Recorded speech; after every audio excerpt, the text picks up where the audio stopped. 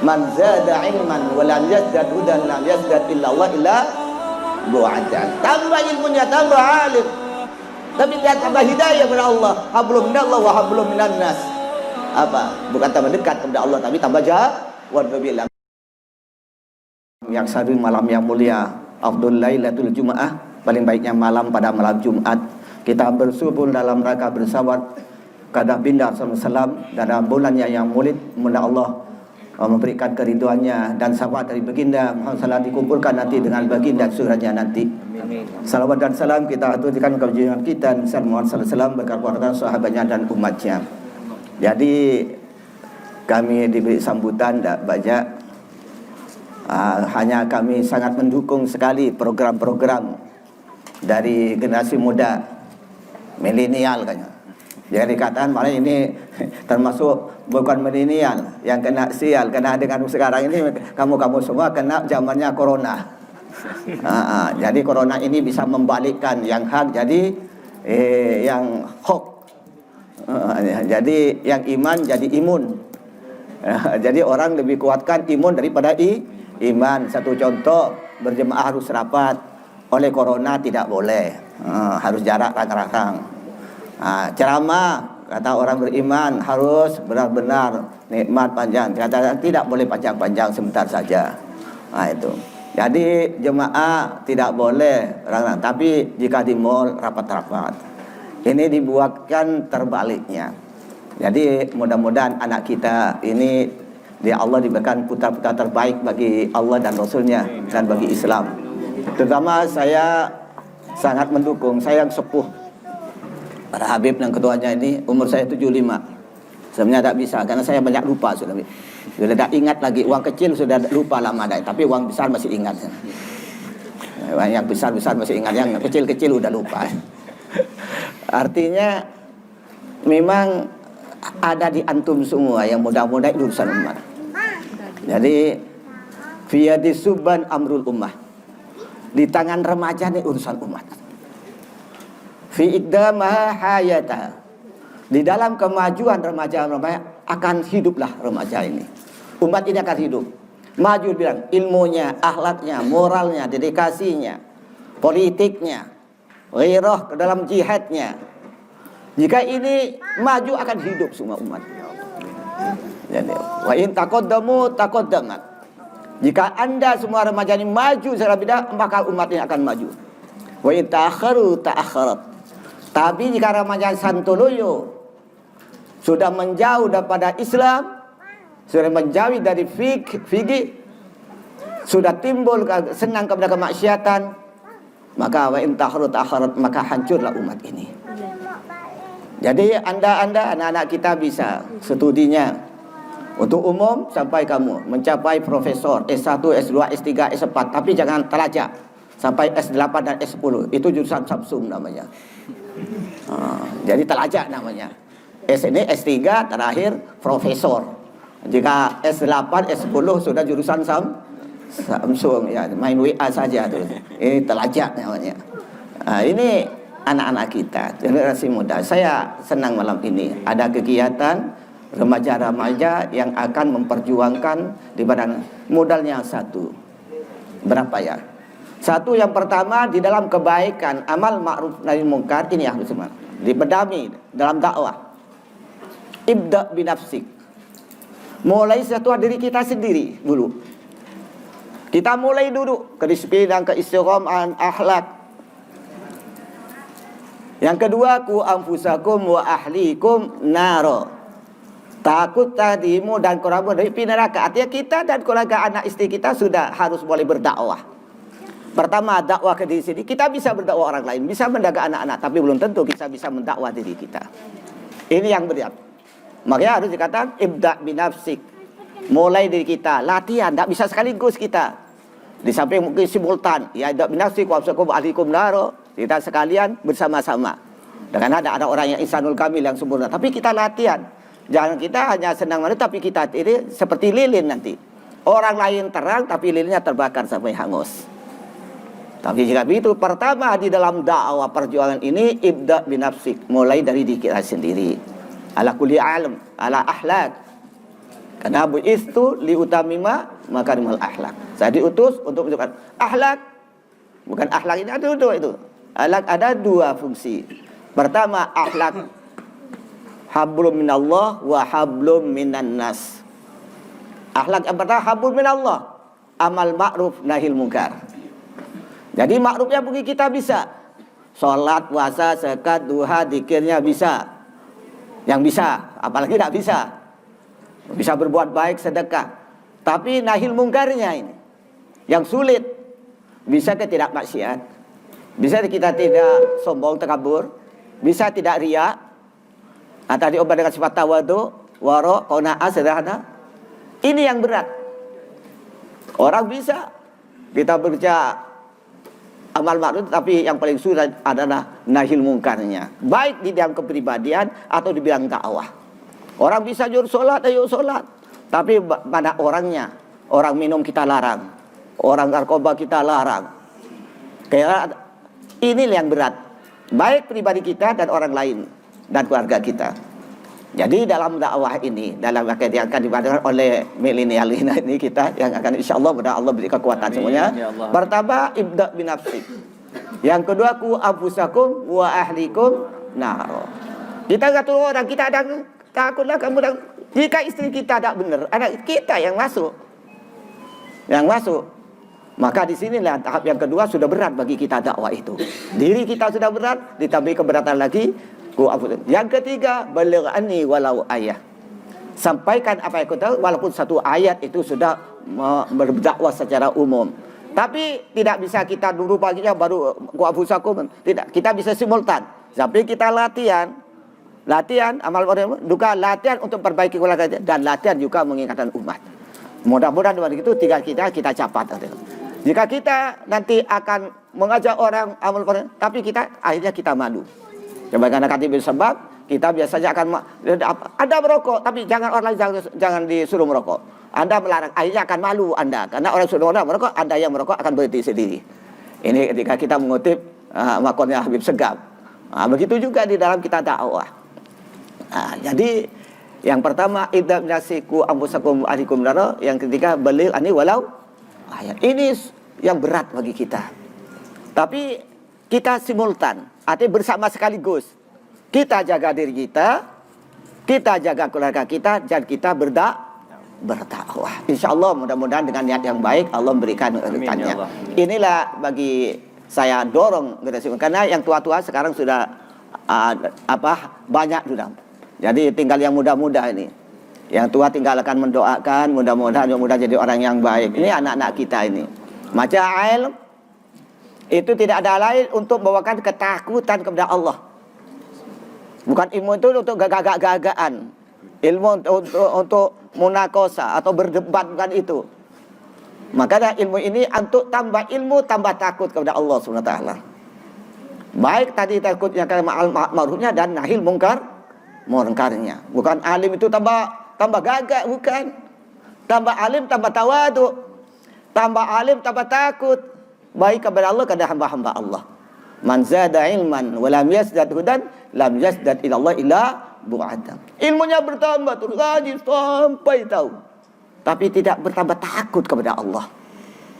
Maka dia bukan bertambah baik kepada Allah, bahkan tambah jauh kepada Allah Subhanahu wa taala. Sudah tahu biasa dikatakan oleh subat fa'ilmiun bi ilmi lam yu'malan mu'adzabun min qabli ubadil wahsan. Orang alim jika tidak amalkan ilmunya amal ma'ruf nahil munkar, maka dia akan dimasukkan ke neraka sebelum orang menyembah berhala masuk neraka. Jadi berat. Maka di sini yang kita, anak-anak kita, generasi muda ini yang harus ingat untuk kehati-hatian di dalam amal ma'ruf adalah bilang, limadza taqulu ma la taf'alun. Kenapa kamu berdakwah, mengaji, mengajar, berceramah, berdakwah, sedang kamu tidak mengerjakannya apa yang kau bilang? Apa kata Allah tadi? Kaburumatan indallah antakulu mala taf'alun. Paling besar ancaman Allah kepada orang bodoh, orang. Tapi kepada Pak Ustadz, pakai Pak Khutbah membalik yang tahu berceramah amal, tapi dirinya tidak mengerjakan Allah. Mudah-mudahan Allah maafkan kita, melindungi kita, beri hidayah kita. Sebagaimana firman Allah, mudah kita diselamatkan. Tapi jangan takut. seperti kata, buatlah kita ini latihan sekali lagi. Jangan fobia, takut yang berlebihan. Jika ini akhirnya kita tidak mau ngajar, akhirnya kita tidak tahu salah. Jadi kita latihan. Jadi di mana ada kemauan, di sana ada jalan. Tadi di samping latihan tadi, latih diri kita, jaga keluarga kita, dan berdakwah kepada umat. Mudah-mudahan akhirnya kita menjadi orang yang istiqomah. Inilah sekali lagi, tidak usah bangga kita, tidak usah, jangan kebanggaan. Jadi tawadhu, rendah hati. Jadi jangan usah biar organisasi apa, organisasi saya nanti organisasi ini apa nama, pembela Pejuang Pontianak yang bersifat tawadhu, rendah hati. Apa tawadhu? Tidak ada orang yang lebih jelek dunia kalau salah. Jadi jika ada kejelekan bukan menghina tapi memperbaiki. Tidak ada orang paling bodoh jadi kondisi saya. Kalau kita paling bodoh, setiap ada orang alim kita ingin beri petunjuknya. Jadi kita juga merasa super. Tidak ada orang lain jelek, hanya saya. Jadi kita ini jika ada yang baik kita bagaimana menirunya kebaikan, jika ada orang kurang bagaimana kita menemui kekurangan, jika ada orang salah bagaimana caranya perbaiki kesalahan. Jadi dengan yang dipintanya ud'u ila sabili rabbika bil hikmati wal mau'izatil hasanah, ini pertamanya cara dakwah. Ajaklah mereka ini ke jalan Tuhan, ke jalan kebaikan dengan cara lembut dan bijaksana. Keras itu terakhir. Tadi bagaimana orang yang tidak sholat dengan lembut itu. Lah kata orang itu qul bilan fatu min hali, jika kamu memat keras caranya ke orang, orang akan menjauh dari kamu. Maka di sini harus biqalbil layyin, dengan hati yang lembut, dekati dengan contoh-contoh yang baik, dengan cara yang baik, mudah-mudahan bersamaan dengan hidayah Allah. Kita hanya menyampaikan, tidak bisa perbaiki. Rasulullah tadi, Muhammad, kamu tidak akan beri hidayah kepada orang yang kau cintai, walaupun Abu Jahal, Abu Lahab itu pamanmu. Walakin Allah yahdi liman yasha, tapi Allah yang beri petunjuk kepada orang yang kesukai. Kita hanya menyampaikan, bukan perbaiki. Tidak ada, kita tidak ada. Jangan merasa kita lalu saya yang tidak ada. Karena yang perbaiki itu siapa? Allah. Yang dikibir Rasulullah khairun nas, paling baiknya manusia. Tapi bagaimana berdakwah ke pamannya sendiri karena tidak ada hidayah, tetap Abu Jahal dan Abu Lahab. Orang sungai Jawi iman tapi pamannya ditetapkan. Kenapa? Supaya kita tidak merasa kita bahwa hidayah itu dari Allah. Dari Allah. La hidayata illa biidznillah. Tidak ada petunjuk kecuali dengan izin Allah. Jadi kita tidak merasa bismillah ya Rabb, tolonglah hidayah, saya akan berdakwah ya Rabb. Berikan kepada kami ya Allah dakwah yang menjauhkan hak, yang membalikan kebatilan karena petunjukmu. Berilah hidayah kami, keluarga kami, dan pada umat yang akan saya berikan dari ya Allah. Jauhkan fitnah dan musibah dari kesalahan. Begitu. Jadi tidak merasa bahwa kita itu ini. Yang merasanya ini yang merasakan orang riya. Yang merasa ini menjadi orang takabur. Jadi sekali lagi kepada anggota insyaallah bagaimana baginda berjuang itu. Tapi jika memang sudah dengan lembut tak bisa, dengan setengah berkeras, tapi tidak kita sendiri, tapi bekerjasamalah dengan orang yang berhak, dengan aparat. Aparat ini narkoba, saya ingat sudah 3 kali tidak mau, ayo kerjasama. Atau apa bapak sendiri. Nah, itu cara-cara yang elegan, cara-cara yang baik. Jadi kita kerjasama. Wa ta'awanu 'alal birri wat taqwa wa la ta'awanu 'alal itsmi wal udwan. Kamu jangan kerjasama dengan kebaikan, jangan kerjasama dengan kejelekan dan dosa. Nah, ini yang harus dipegang oleh anak-anak kami dan semuanya ini.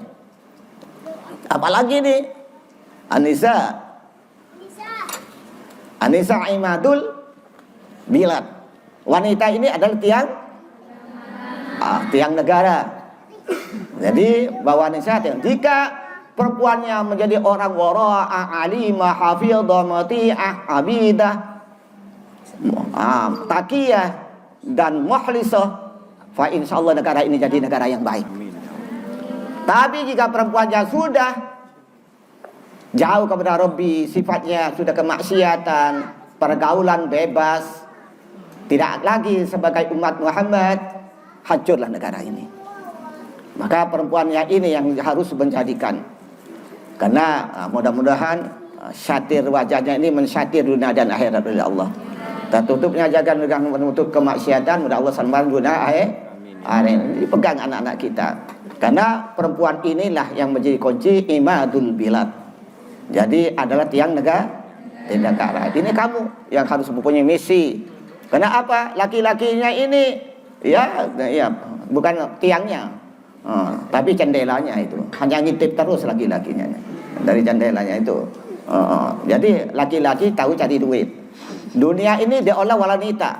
Laki-laki cari duit buat berikan istrinya sudah. Yang ngolah wanitanya, mau tak belanjain, mau bersihin rumah, masih hamil, nyusui anak, tak bersihin, tak belanja, ya Allah, 90% dunia ini dikerjakan oleh wanita. Jadi pantas. Jadi Nabi Adam di surga itu melas. Surga sudah indah, apa yang kurang? Tapi mesti melas. Jadi tahu Allahnya. Ya, tahu kemalasan Nabi Adam. Akhirnya waktu tidur diambillah satu rusuknya, diwakillah seorang wanita di sampingnya, bangun terkejut, Hawa, ini yang kau rindukan, orang yang kau rindukan. Jadi perempuan itu mengkurindukan. Seandainya laki-laki tidak ada perempuan di dunia ini sudah masuk kuburan semua. Karena ini masih semangat, maka ada wanita. Tapi wanitanya juga ngarep-ngarep dan datang-datang juga. Mudah-mudahan selamat semua. Inilah saya hanya sedikit memberikan motivasi kepada pejuang-pejuang amal ma'ruf nahi munkar. Ini mudah-mudahan Allah berikan hidayah, kemampuan, kebaikan, widhi dan kudakan, diberi keselamatan juga di fitnah dan musibah, diberikan satu inovasi berdakwah kepada Allah. Nah, untuk menegakkan agama Allah. Jadi tujuannya satu saja. Untuk apa? Li'a'la'i kalamitillah, untuk meninggikan agama Allah. Dengan cara apa?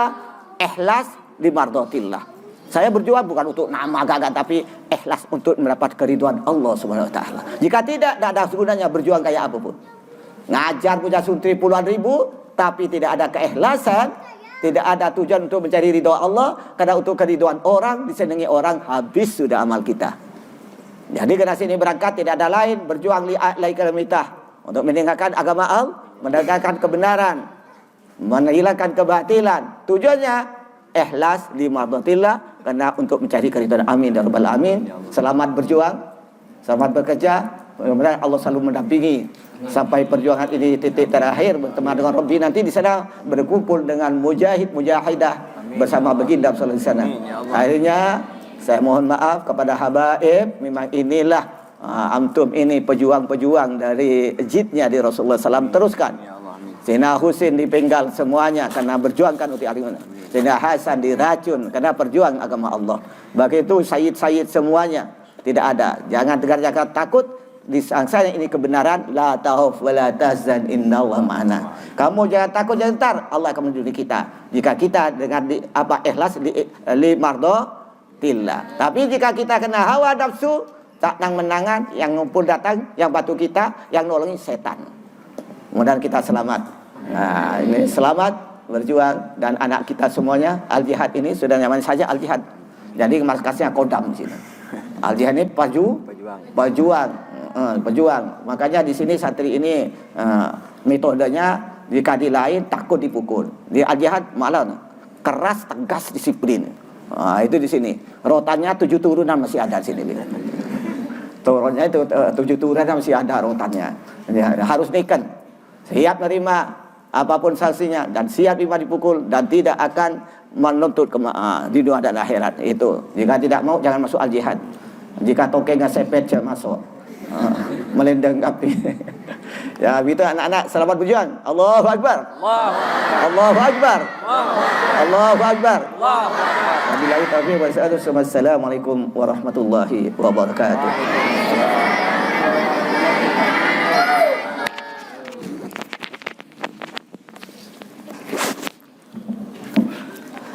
Assalamualaikum warahmatullahi wabarakatuh.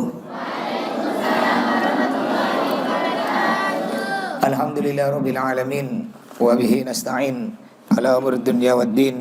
Wassalatu wassalamu ala asyrafil anbiya wal mursalin sayyidina Muhammadin wa ala alihi wa sahbihi ajma'in.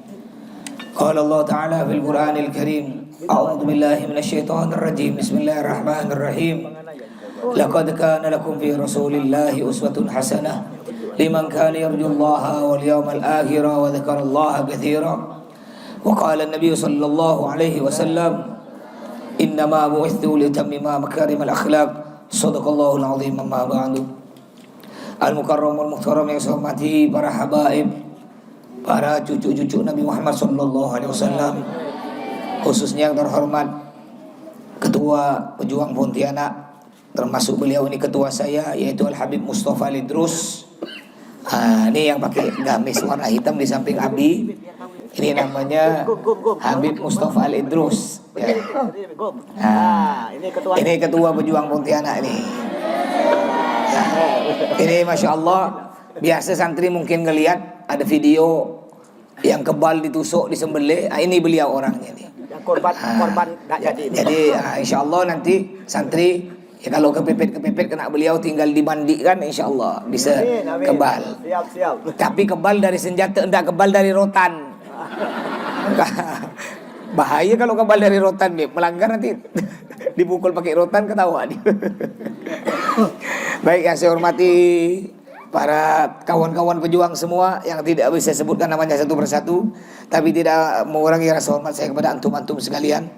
Yang terhormat Abi, pimpinan Pondok Pesantren Al-Jihad Kiai Haji Abdul Muthalib Sugardi, mudah-mudahan kita doakan beliau mudah-mudahan selalu sehat, panjang umur, bisa meneruskan memperjuangkan dari perjuangan Nabi Muhammad sallallahu alaihi wasallam. Juga yang terhormat Al-Habib Umar Al-Haddad, juga para asatid, para asatid dan ustadzat, para sesepuh, para tokoh-tokoh masyarakat, para warga, para undangan, hadirin, hadir, para santri yang semoga kita yang hadir di sini dan yang mendengarkan ceramah ini selalu mendapatkan berkah dan rahmat dari Allah Subhanahu wa taala. Saya mewakili kawan-kawan pejuang Pontianak.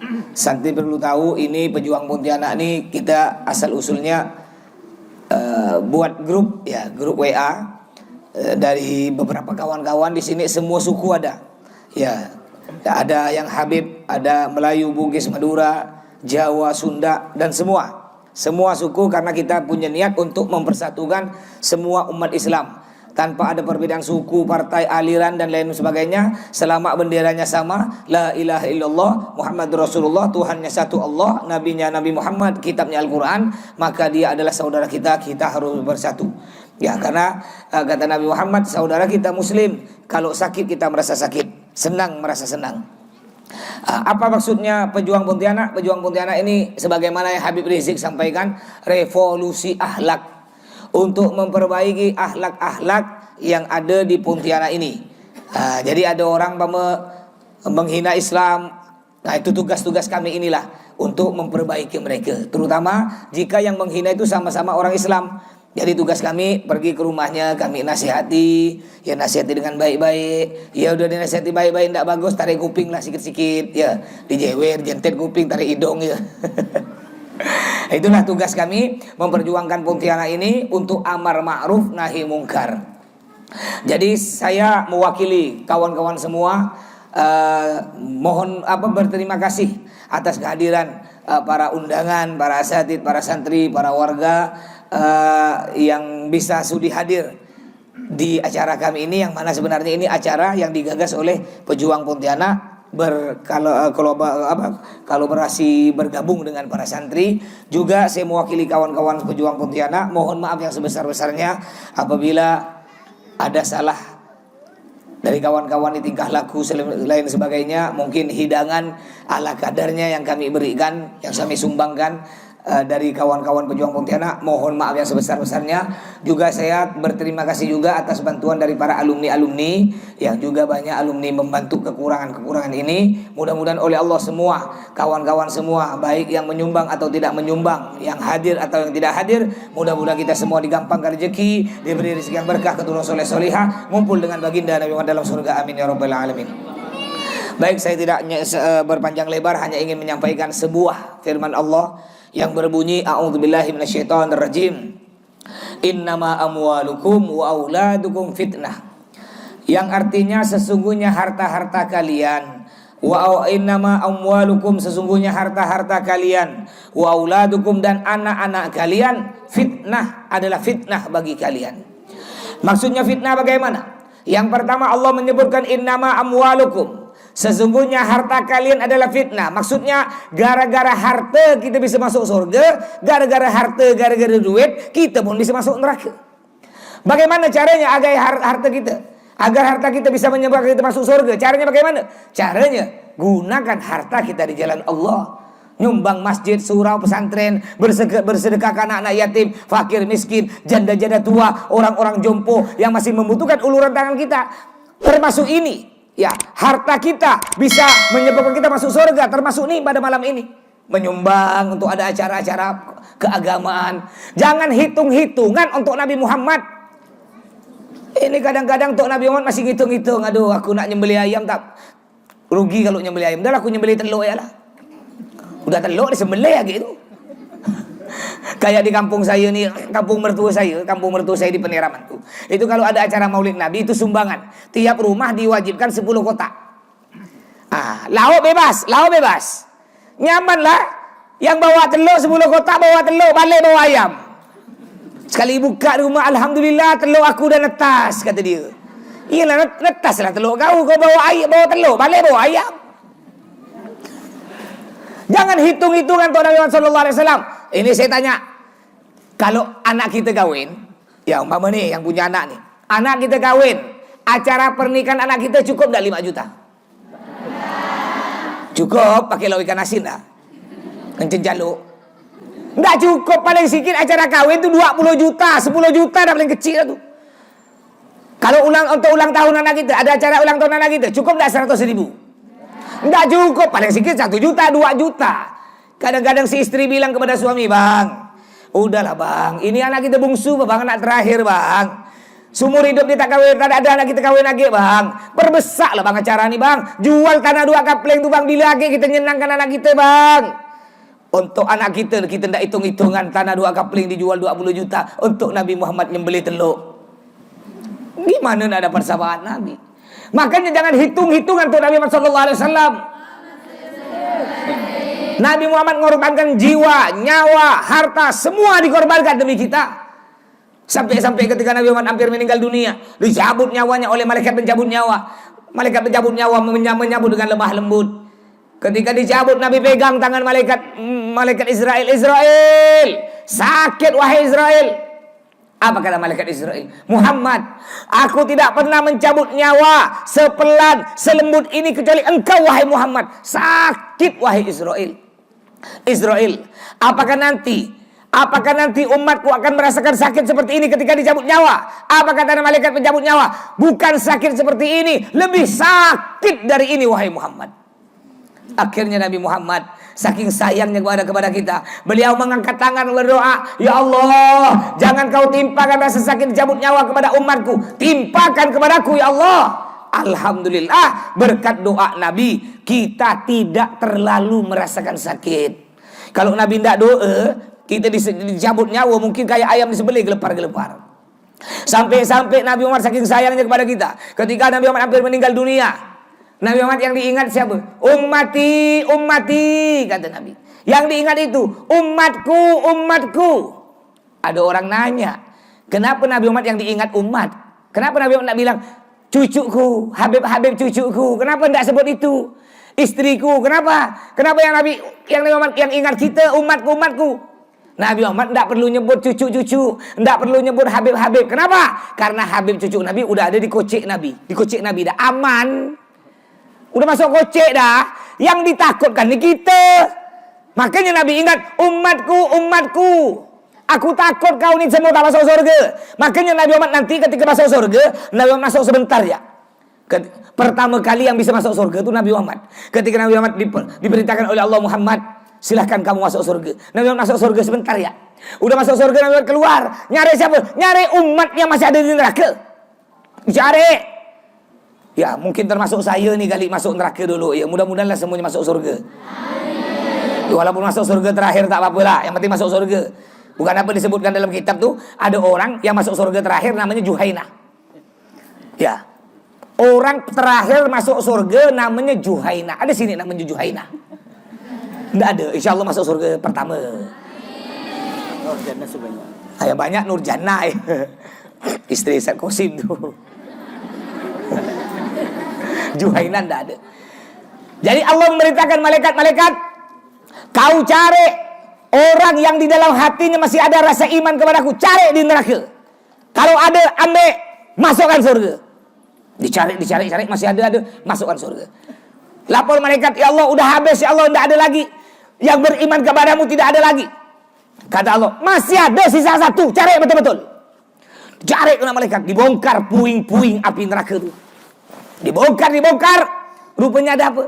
Ketika dibalik puing-puing bara api neraka, rupanya ada segumpal hati.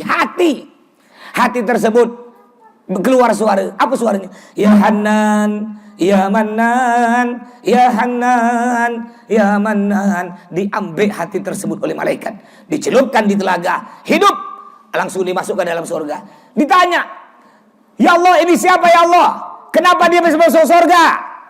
Dia ini rupanya Pak, bajingan preman. Solat tada. Ya, solat kadang-kadang, puasa jarang-jarang, disuruh ngaji malah hilang. Nakal, naudzubillah. Maksiat terus kerja dia. Tak ada pernah buat ibadah, tak ada pernah bersedekah. Pelit, naudzubillah. Hanya dia ni pernah seumur hidup baca ya Hanan ya Manan satu kali ya. Pernah baca itu ya? Mungkin dia balik mabuk ketika sadar baca ya Hanan ya Manan, mati, masuk surga. Apalagi kita nih yang tadi ramai-ramai baca ya Nabi salam alaika, insyaallah mudah-mudahan kita pun masuk surga. Tapi solat bukan cukup. Aku kan tiap malam baca hadis majlis, hadis solawat, hadis baca serakal. Aku tak perlu solat masuk surga. Kata siapa? Jangan lo.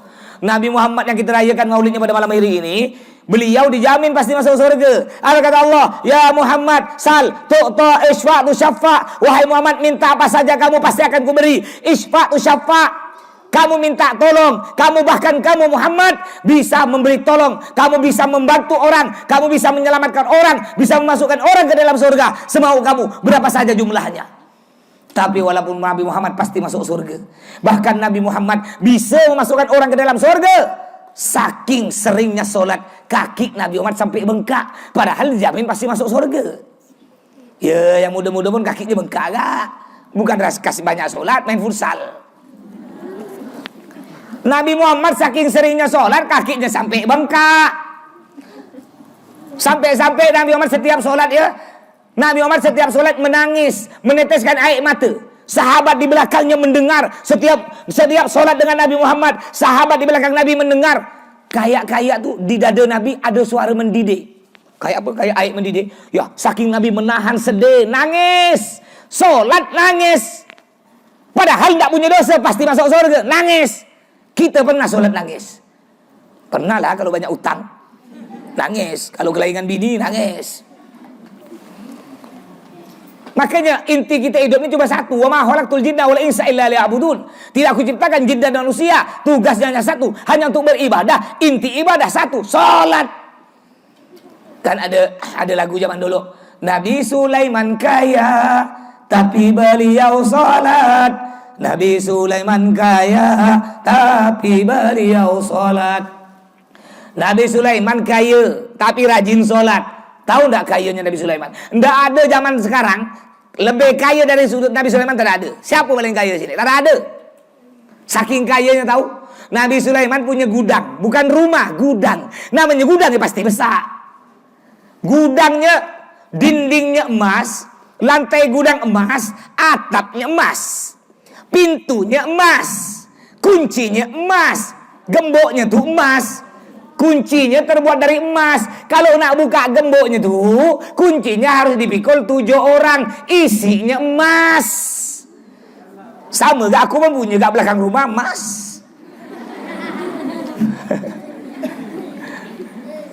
Tapi walaupun Nabi Sulaiman kaya, rajin sholat. Nabi Yusuf ganteng, tapi beliau sholat. Nabi Yusuf ganteng, tapi beliau sholat. Siapa lebih ganteng dari Nabi Yusuf? Ya, terganteng sih nomor 1 Nabi Muhammad. Ya, Nabi Muhammad. Setelah Nabi Muhammad baru Nabi Yusuf. Cuma bedanya Nabi Yusuf, Nabi Muhammad gantengnya. Nabi Muhammad gantengnya itu orang melihat Nabi Muhammad langsung tidak kuat melihat Nabi Muhammad. Makanya sahabat-sahabat kalau Nabi Muhammad tengah ngajar, itu sahabat mau ngelihat muka Nabi tidak kuat, nunduk.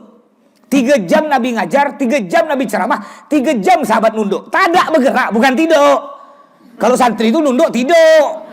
Beda.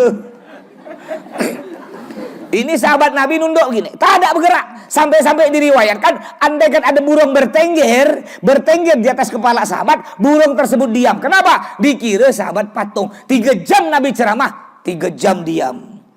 Sama gak dengan budak-budak ni? Saya belum nyampe sejam ceramah, 10 kali kaki berubah. Bujur salah, miring salah. Tak apa-apa, yang penting datang. Itu Nabi Sallallahu Alaihi Wasallam. Ya, berwibawa Nabi Muhammad. Jadi Nabi gantengnya Nabi Muhammad itu tidak kuat kita memandang wajahnya. Saking saking bercahayanya Nabi Muhammad. Kalau Nabi Yusuf gantengnya, ketika kita melihat langsung kita sayang, cinta. Itu bedanya Nabi Yusuf. Cinta langsung. Ya, maka ketika Nabi Yusuf lewat, cintanya ni gimana kalau perempuan ngelihat laki-laki gitu. Laki-laki ngelihat perempuan, cintanya bernafsu. Ini. Akhirnya ketika Nabi Yusuf lewat, ada perempuan lewat di pinggir jalan. Lewat megang pisau dengan buah apel. Nabi Yusuf lewat. Ketika ngiris buah apel, bukan buah apel yang diiris, tangannya diiris-iris. Tak terasa, saking gantengnya Nabi Yusuf. Tak terasa. Hampir sama dengan saya. Ketika saya lewat, budak-budak pegang pisau, ya, dengan buah apel. Saya lewat, bukan cuma diiris-iris tangannya, dicincang-cincang, dipotong-potong tangan. Ngapa? Bukan saking gantengnya, saking jeleknya. Nabi Yusuf ganteng tapi rajin sholat. Makanya kita kunci hidup kita di dunia ini adalah sholat. Wa ma khalaqtul jinna wal insa illa liya'budun. Tidak aku ciptakan jin dan manusia kecuali untuk beribadah. Orang sekarang terbalik. Sholat tu sampingan, cari duit tu inti hidup. Salah. Cari duit tu sampingan. Inti hidup kita adalah sholat. Miftahul jannati as-sholah. Kunci surga ialah sholat. Makanya kalau ingin selamat dari corona, rajin sholat. Ya, ada hadis Nabi mengatakan, ya, orang yang rajin sholat dijauhkan dari wabah penyakit yang berbahaya. Termasuk juga yang rajin baca Al-Quran santri. Wa nunazzilu minal Quran ma huwa shifaa'un wa rahmatun lil mu'minin. Yang artinya aku turunkan dari Al-Quran ma huwa shifaa'un, obat, perlindungan, kesembuhan dari segala macam penyakit, khususnya virus corona. Insya Allah orang yang rajin sholat, orang yang rajin ke masjid, orang yang rajin baca Al-Quran, baca sholawat, insya Allah dijauhkan dari wabah-wabah penyakit yang berbahaya. Mudah-mudahan corona ini cepat hilang dari muka bumi. Jadi kembali lagi, ya, gara-gara duit kita masih masuk surga, gara-gara duit kita masih masuk neraka. Jangan hitung-hitungan untuk Nabi Muhammad. Saya pernah ceramah sekitar 4-5 tahun yang lalu, diundang ceramah di Tanjung Raya 1. Ini di situ ada nenek-nenek janda, umur 70 tahun lebih. Akhirnya ada tetangganya ngundang saya. Saya tak, Pak Ustaz, kami mau ngundang Pak Ustaz ceramah. Oh, bapak yang punya hajat? Bukan Pak Ustaz, tetangga. Siapa tetangga? Tetangganya nenek-nenek Pak Ustaz. Ya, nenek-nenek janda umur hampir 80 tahun. Cuma Masya Allah Pak Ustaz, tiap tahun dia, rumahnya dia paling jelek, tapi tiap tahun dia paling besar ngadakan cara maulid. Habib Toha udah diundang, Habib Fahmi udah diundang. Sekarang giliran Pak Ustaz. Oh ya siap, saya pergi. Ketika saya sampai rumahnya, saya masuk di rumah orang. Rumahnya cantik, bagus. Saya curiga. Saya panggil, siapa tuan rumahnya nih? Saya Pak Ustaz. Ini rumah nenek yang undang saya. Bukan Pak Ustaz, ini rumah saya. Mana rumah nenek? Itu Pak Ustaz di sebelah. Rupanya rumah neneknya terbuat dari kayu, atap daun, mereng kecil. Saya bilang, semuanya pindah ke rumah nenek. Pindah, saya mau pindah. Akhirnya ketika saya pindah, itu nenek nangis. Ya, nangis karena saking senangnya, malu juga karena beliau tidak siap. Karena pikiran beliau tidak mungkin saya mau masuk ke rumah dia. Makanya disiapkan, diminjamkan rumah tetangga yang cantik itu. Ketika saya masuk, nangis nenek. Habis saya ceramah, makan-makan, saya panggil nenek. Ini nenek ngadakan maulid Nabi tiap tahun. Iya Pak Ustaz, tiap tahun. Masya Allah yang datang pada waktu itu kurang lebih 700 orang. Ramai. Saya tanya, Nek, ini nenek ngadakan maulid Nabi pakai duit nenek apa pakai ada orang kaya biayakan? Pakai duit saya Pak Ustaz. Dapat duit dari mana nih? Pak Ustaz, saya jual gorengan ya. Di mana? Depan rumah. Banyak untungnya. Ya kadang-kadang untung 10, 20, paling banyak 50 Pak Ustaz. Itu saya tabung tiap hari Pak Ustaz. Sampai 1 tahun. Niat saya cuma 1 Pak Ustaz. Tiap tahun saya ingin menyenangkan Nabi Muhammad. Ingin memperbesar acara maulid Nabi. Ini niat dia. Tidak apa-apa saya tak bangun rumah Pak Ustaz. Tidak apa-apa saya tak makan lo enak. Tidak apa-apa saya tak punya baju baru. Tidak apa-apa saya tak punya motor Pak Ustaz. Yang penting tiap tahun saya bisa menyenangkan Nabi Muhammad. Saya tanya ke nenek-nenek. Kemarin maulid Nabi 12 Rabiul Awal di masjid udah tak? Udah Pak Ustaz. Sumbangan kan orang warga, iya Pak Ustaz. Nenek nyumbang. Nyumbang berapa? 1 juta Pak Ustaz. Bala. Rumah paling jelek nyumbang di masjid 1 juta. Hebat kau nek. Saya tanya nek, kan udah cukup nek. Maulid Nabi di masjid tuh udah cukup. Ngapa pula kau masih ngadakan maulid di rumah nek? Ngabiskan duit ya. Saya ngetes dia ya. Ngabiskan duit ya kau nenek, bagus bangun rumah. Apa dijawab dengan polos? Dia dijawab, Ustaz, kalau maulid Nabi di masjid surau, Nabi Muhammad cuma masuk masjid surau Pak Ustaz. Makanya Pak Ustaz, saya ngadakan maulid di rumah agar Nabi Muhammad datang ke rumah saya. Karena ada riwayat menyebutkan barang siapa menyebut membaca sholawat kepada Nabi Muhammad datang hadir. Tadi kita berdiri kan mahlul qiyam. Mahlul qiyam itu kan berdiri. Kayak kita berdiri ini ada bendera tu di tiang. Kita berdiri kalau ada upacara, ngormat apa? Ngormat bendera kan, kain tu kan. Begitu pula kita, ketika tadi berdiri, ngormat siapa? Ngormat datangnya Nabi Muhammad sallallahu alaihi wasallam, baca ya Nabi salam alaika. Itu Nabi Muhammad datang. Ngapa kita tak nampak? Karena mata kita ketutup dengan dosa, termasuk saya. Saya tidak nampak Nabi Muhammad. Ya Nabi Muhammad ya Nabi Muhammad kita pasti tak nampak. Duit dia saya tak nampak, duit kecil tak nampak, kalau duit besar saya nampak. Makanya kalau corona ini kan bahaya. Nggak salaman, nggak usah langsung, Beb. Tak boleh, Beb. Salaman langsung, Beb. Harus pakai lapis, Beb. Lapis. Jadi kalau amplopnya tipis itu bisa tembus corona. Jadi harus tebal segini. Maka kalau salaman ke kiai, penceramah harus tebal. Biar corona tak tembus. Kasihan kiai tembus corona. Itu kata abah saya tuh. Gara-gara harta kita bisa masuk surga. Juga gara-gara harta kita bisa masuk neraka. Punya harta digunakan untuk bermaksiat, punya harta digunakan untuk berjudi, berzina, narkoba. Punya anggota tubuh oleh Allah, diberi kaki, digunakan kakinya melangkah ke tempat-tempat maksiat, bukan melangkah ke masjid, malah masuk ke diskotik. Lihat. Di mana-mana ada acara ya. Di mana-mana ada acara Maulid Nabi, Isra Mi'raj, acara-acara pengajian tabligh akbar, bersolawat, pasti banyak yang kosong. Undangan 1000 yang datang 500. Ya. Coba kalau ada acara dangdut, orkes ya. Artis, tak diundang pun datang. Padahal acara maulid Nabi ini kan enak, kayak sekarang acara maulid Nabi enak kan, dapat ilmu, dapat pahala, dapat hiburan dari kelompok hadrah, dapat kue, santri dapat kue. Nah, dapat kue, dapat nasi, alhamdulillah enak. Makanya rugi. Kalau ada orang tidak mau datang maulid sampai mengatakan, ada mazhab nih, ada orang-orang salafi wahabi mengatakan orang yang ngerayakan maulid Nabi hukumnya bid'ah, haram masuk neraka. Alasannya apa? Alasannya karena maulid Nabi tidak ada di zaman Nabi. Jadi kata orang Wahabi, orang yang merayakan maulid Nabi hukumnya bid'ah, haram masuk neraka karena tidak ada di zaman Nabi. Baca serakal bid'ah, haram masuk neraka. Gunting rambut bid'ah, haram masuk neraka. Robok bid'ah, haram masuk neraka. Memangnya neraka punya datuk kau? Kalau neraka punya datuk kau, iya. Makanya harta, ayo, jika ingin menyelamatkan kita, harta kita, gunakan harta kita di jalan Allah. Ada sebuah cerita. Ini ada seorang Pak Haji masin, naudzubillah. Ya, makanya karena kata datuk kita zaman dulu ya. Kata datuk kita zaman dulu, tanda orang masin tengkuknya masuk ke dalam. Nah, coba pegang. Dipegang betul, bodoh bala kau dipegang betul. Ya, kata datuk kita zaman dulu kan, tanda orang masin tengkuk masuk ke dalam. Tapi saya punya kawan, tengkuk nyembul keluar, masin, naudzubillah. Enggak menjamin enggak ya? Jadi ada sebuah cerita nih. Ada seorang Pak Haji masin, naudzubillah, enggak pernah sedekah seumur hidup. Akhirnya suatu hari istrinya pun masak kue serabi. Ya kalau dalam kitab tuh ceritanya masak roti. Ya cek ini di Indonesia masak kue serabi lah.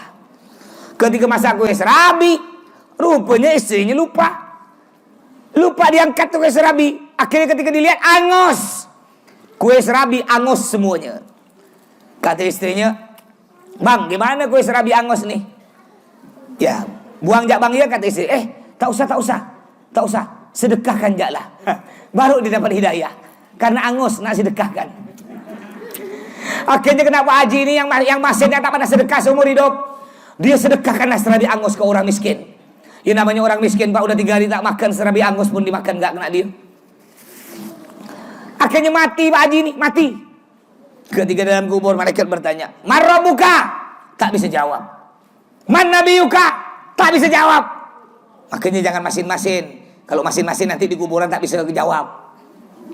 Akhirnya kata malaikat mungkar bilang ke malaikat nakir, "Kir, kir." Dia tak bisa jawab, Kir. "Pangkong, Kir." "Siap, Kar," kata dia.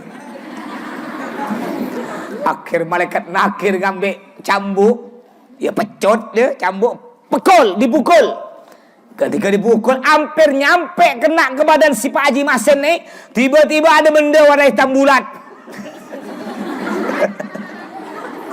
Terbang, nangkis cambuk malaikat nakir, terjampak.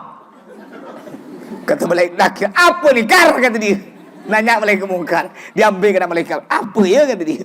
Cium-cium. "Ini rupa serabi angus nih." Lapor pada Allah. Ini ceritanya bukan serabi sih, roti. Cuma di Indonesia cek saya ubah serabi lah ya.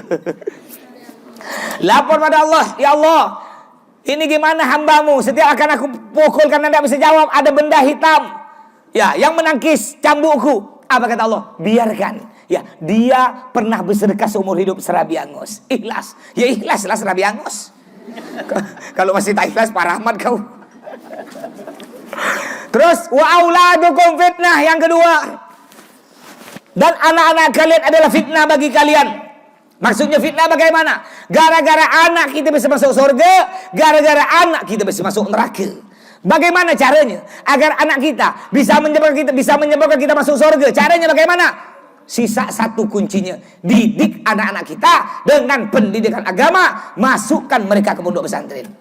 Ini alhamdulillah, gara-gara corona udah sebulan bulan corona kan, sekolah-sekolah umum masih tutup kan? Ayo mungkin anak-anak luar SD SMP ada buka tak? Belum kan? 10 bulan tak ada sekolah kan?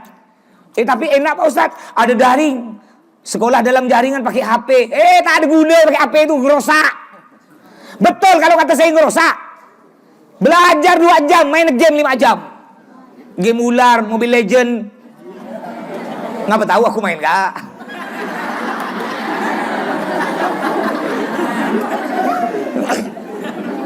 Belajar 2 jam, main game 5 jam. Belum lagi nonton, naudzubillah, nonton film porno, lain sebagainya, aurat-aurat. Rosak anak kita. Ini ada ustaz sini, ya, ustaz sini namanya Ustaz Satori, ya. Ada beliau, datang beliau. Tidak datang, ya, mungkin beliau undangan. Ada di luar, ada beliau di luar. Ustaz Satori ini tanya, orangnya di sini ngajar, Beb. Ini beliau punya keponakan dari umur 2 tahun diberi HP sampai umur 6 tahun. Berarti main HP 4 tahun. Tiap hari main HP. Dibelikan kuota kena orang tuanya. Ya, tiap hari main HP. Ketika udah nyampe umur 6 tahun, dibawa main-main ke rumah keluarga. Ketika di depan pintu, emaknya masuk. Anaknya masih berdiri di depan pintu. "Bang, masuklah bang." Apa kata si anak? "Mana pintunya mak?" "Itu." "Mana nampak mak? Gelap-gelap." Rupanya gara-gara HP, buta. Dibawa ke dokter mata, diperiksa, tak bisa dah, tak bisa, sampai sekarang tak bisa melihat. Buta. Gara-gara main HP. Saya alhamdulillah punya anak 3. Ya santri tahu semua, anak saya 3-3-nya enggak boleh megang HP. Sampai anak saya yang pertama, ya Iim, itu protes dia. "Ya baba, lima ada ukti amsik jawal." Kebetulan bahasa Arab, "Baba, kenapa ukti tidak boleh megang HP? Sedangkan sepupu-sepupu semuanya punya HP, lebih kecil umurnya punya HP, masa ukti tidak boleh megang HP?" Saya bilang ke anak saya, "Enggak boleh. Ukti boleh megang HP kalau hafal Quran 30 juz." "Oh, kalau hafal Quran 30 juz, belikan HP. Besar kayak apa? Besar kayak bantal, kayak pintu kalau perlu. Besar HP-nya. Biar aku pekol sekali." Rosak anak kita gara-gara HP. Manfaatnya kurang. Dan lebih hebatnya lagi, kalau kita belajar ini yang lebih manfaat kalau tatap muka. Kayak gini tatap muka, ngelihat guru. Ya, apalagi ngelihat guru, ngelihat ulama itu adalah ibadah. Melihat guru bisa nanya langsung. Ini bedanya. Sekolah umum sampai sekarang 10 bulan belum buka. Tapi alhamdulillah pondok pesantren se-Indonesia sampai sekarang alhamdulillah udah buka. Gimana kalau anak kita? Gimana kalau corona sampai 5 tahun? Corona 5 tahun anak kita tak sekolah, 5 tahun nak jadi apa? Makanya kunci terakhir, benteng terakhir bagi anak kita di zaman yang sudah rusak ini, sisa satu, didik anak-anak kita dengan pendidikan agama. Ada orang tua bangga, alhamdulillah anak aku tamat SD negeri, SMP negeri, SMA negeri, S1 Untan negeri. SD sekolah dasar, SMP sekolah mencari pacar. Udah tamat SMP, udah punya pacar, SMA sekolah membuat anak. Kalau tidak percaya coba lihatlah banyak SMA kan? Udah tamat SMA, sekolah membuat anak, pindah S1, sudah punya 1 anak. Ada orang tua bangga begitu. Alhamdulillah, anakku juara satu pidato bahasa Inggris. Anakku juara 1 lomba karaoke. Anakku juara 1 joget-joget. Bangga. Kau bangga anakku pintar bahasa Inggris. Sekali meninggal dunia, bapak emak meninggal dunia, anak ziarah di atas kubur, tak ada bawa buku, tak ada bawa kitab Yasin. Kenapa tak bawa Yasin? Karena dia tak bisa ngaji. Yang dia bawa di atas kubur ziarah, bawa buku bahasa Inggris. Dibaca di atas kubur bapak mama, I love you. Apa kata malaikat? I lepok you, kata malaikat. Dilepok nak malaikat, baru terasa. Tapi kalau anak kita dididik dengan pendidikan agama, dimasukkan ke pondok pesantren, kita meninggal dunia, anak kita datang dengan adik-adiknya bawa Yasin, baca Yasin di atas kubur kita sambil menangis. Bismillahirrahmanirrahim, Yasin. Kita lihat dari dalam kubur di atas, ya Allah, anak aku yang baca Yasin, sejuk. Masya Allah, anak aku yang ingat padaku. Sedangkan abangnya yang kukuliahkan sampai S3, yang sekarang jadi pejabat tinggi, yang jadi pegawai negeri, yang jadi orang kaya, dia tak ingat aku, tak pernah ziarah kuburan aku. Ini adiknya yang bodoh bala, yang nakal, yang tak kupedulikan, yang tak aku kuliahkan, cuma aku kirim ke pondok pesantren. Rupanya dia yang masih ingat ke aku, dia yang baca Yasin kepada aku. Sejuk kuburan kita. Ingat, gara-gara anak kita bisa masuk surga, gara-gara anak kita bisa masuk neraka. Anak kita dibiarkan tidak mondok, dibiarkan tidak tahu agama, dibiarkan buka aurat, dibiarkan tidak pakai jilbab.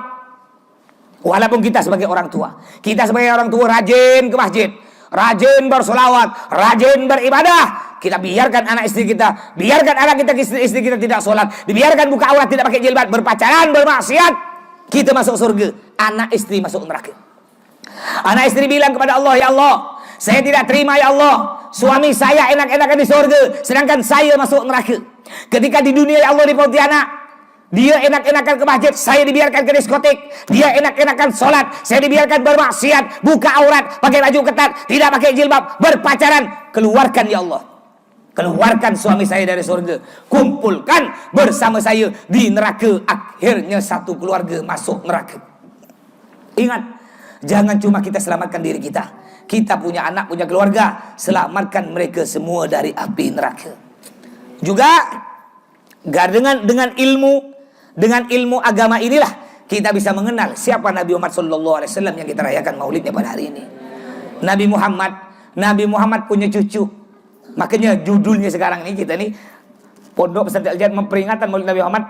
Dengan maulid Nabi kita cintai cucu Nabi para habaib. Kalau betul-betul kita cinta ke Nabi, kuncinya kita wajib mencintai cucu Nabi. Sebagaimana Allah disebutkan dalam Al-Quran, A'udzubillahi minasyaitonirrajim. Qul la as'alukum alaihi ajra illal mawaddata fil qurba. Yang artinya, katakanlah wahai Muhammad, aku tidak mengharap harta, tahta, wanita apa saja karena jasa-jasaku terhadap kalian. Aku tidak mengharap itu semua, kata Nabi. Yang kupinta cuma satu, illal mawaddata fil qurba. Hormati, cintai, muliakan cucu-cucuku para habaib yang masih banyak di dunia ini. Kalau kita cinta Habib karena gantengnya, maka kita akan benci ke Habib yang jelek. Kalau kita cinta ke Habib karena kayanya, maka kita akan benci ke Habib yang miskin. Kalau kita cinta Habib karena pintarnya, alimnya, maka kita akan benci kepada Habib yang bodoh. Kalau kita cinta Habib karena ahli ibadah, karena dia orang soleh, maka kita akan benci kepada Habib yang bermaksiat. Tapi kalau kita cinta kepada Habib karena Allah, cinta kepada Habib karena Rasulullah, maka itulah yang disebut cinta sejati. Habib, bedanya Habib dengan saya. Nabi Muhammad terbuat dari cahaya. Cahaya Nabi Muhammad, nurnya terbagi dua. Ada nur berupa nasab, keturunan, ada nur berupa ilmu. Kalau Habib ini dapat cahaya dari Nabi berupa nasab, keturunannya. Sedangkan saya, Abi, ustadz-ustadz, santri-santri ini dapat kemuliaan dari Nabi karena ilmu. Saya, Abi, ustadz-ustadz semua ini, kita semua selain Habib, ya tidak akan dihormat orang kalau tak punya ilmu, kalau tak punya akhlak, tidak ibadah. Beda dengan Habib.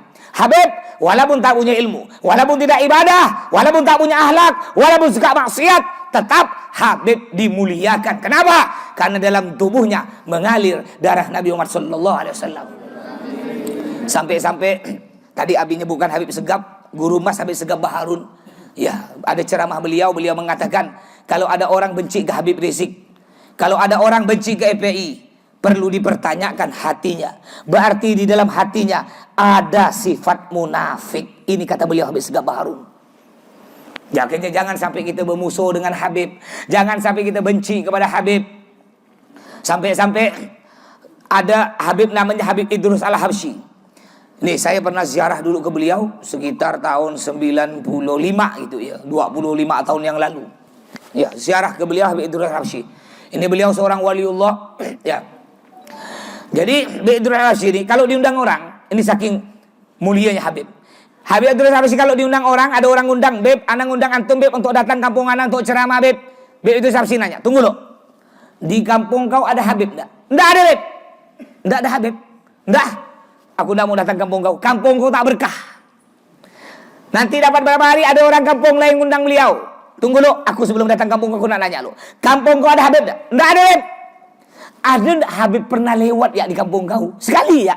"Oh ada, Beb. Kemarin ada Habib lewat main goes, Beb, goes sepeda lipat. Lewat, Beb, sambil cari kutu air, umpama ya, karena miara Habibnya miara ikan, ya.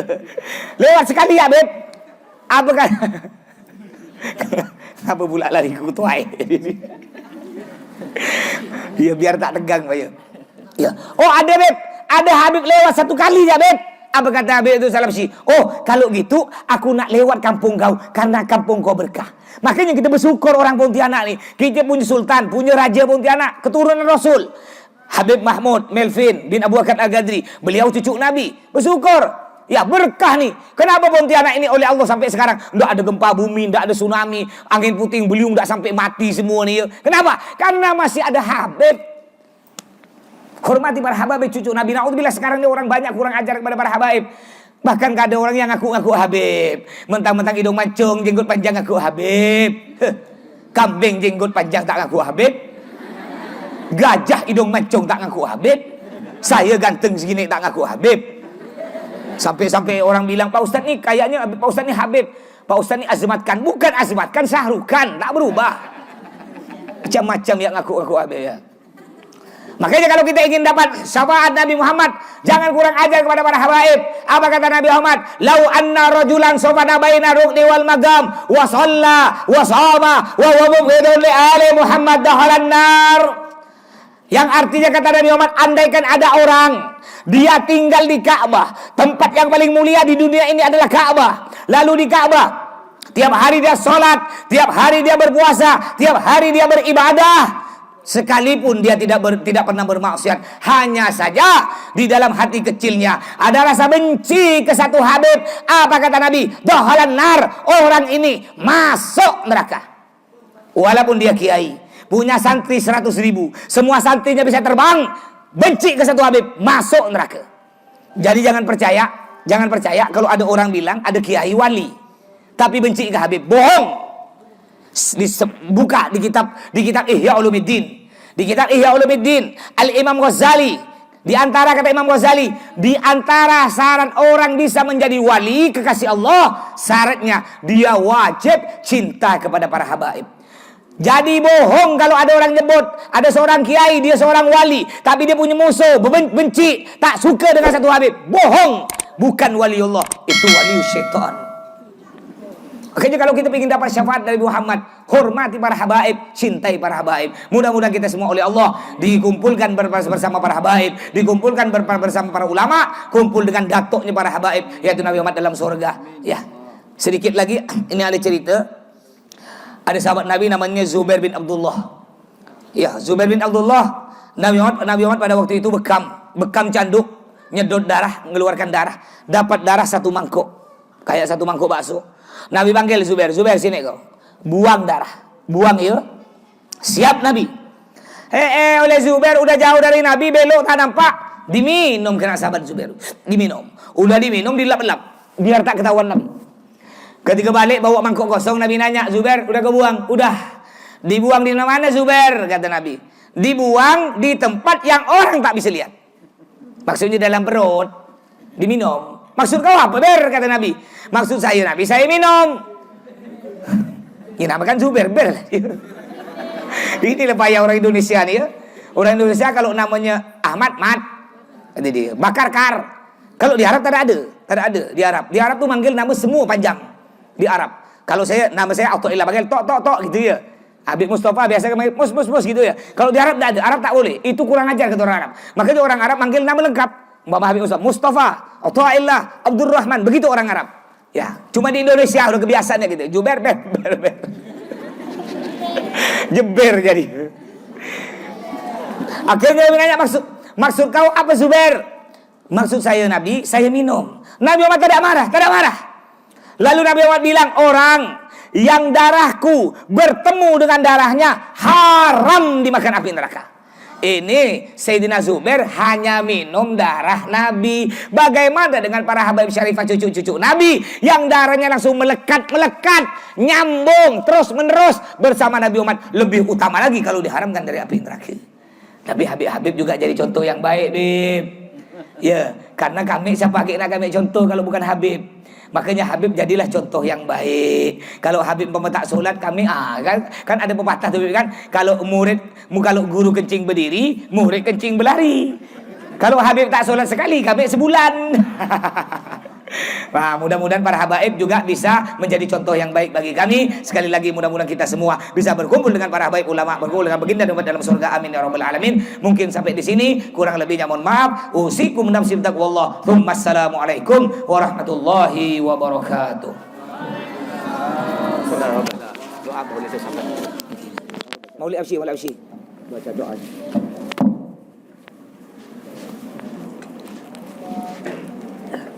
Umar baca doa Habib. Yuk baca lah. Maulid. Betul. Beri Umar.